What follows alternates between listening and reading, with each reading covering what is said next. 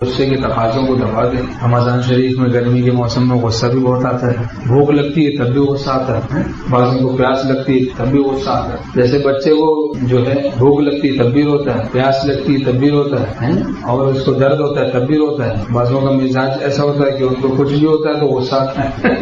ہر ایک بات پہ کہتے ہو تو کیا ہے، تم ہی کہو یا انداز گفتگو کیا ہے، تو بات پہ غصہ۔ اس کا علاج کیا ہے؟ نفس کا علاج تعویذوں سے نہیں ہوتا، تدبیروں سے ہوتا ہے، وہ بھی اہل اللہ کی تدبیروں سے ہوتا ہے، اپنی تدبیروں سے نہیں ہوتا، الہامی تدبیروں سے ہوتا ہے۔ باطنی امور میں اجتہاد کا دروازہ اب بھی کھلا ہوا ہے۔ تقاضے کو دبانے سے ہی یہ تقاضے ضعیف ہوتے ہیں۔ تقاضوں کو دبانے کا طریقہ شیخ بتاتا ہے۔ غصے کے تقاضے کو دبائیں، حل پیدا ہو، دور ہو جائے۔ اس کو دبانے کا آسان طریقہ دور ہو جائے۔ ہمارے شیخ رحمۃ اللہ فرماتے تھے دور ہو جاؤ، غصے کی حالت میں کچھ نہ بولو، دور ہو جاؤ، آسان ہو جائے گا۔ اکسیر غضب پرچہ بھی ہم تقسیم کرتے ہیں نا، جن کے پاس نہ اس کو لیں، یہ بہترین تعویذ ہے۔ ہم بھی اپنے جیب میں رکھتے ہیں، کوڈنگ کرا کے جیب میں رکھیں، روزانہ ایک دفعہ 2 دفعہ 3 دفعہ پڑھیں، اس کے مطابق عمل کریں۔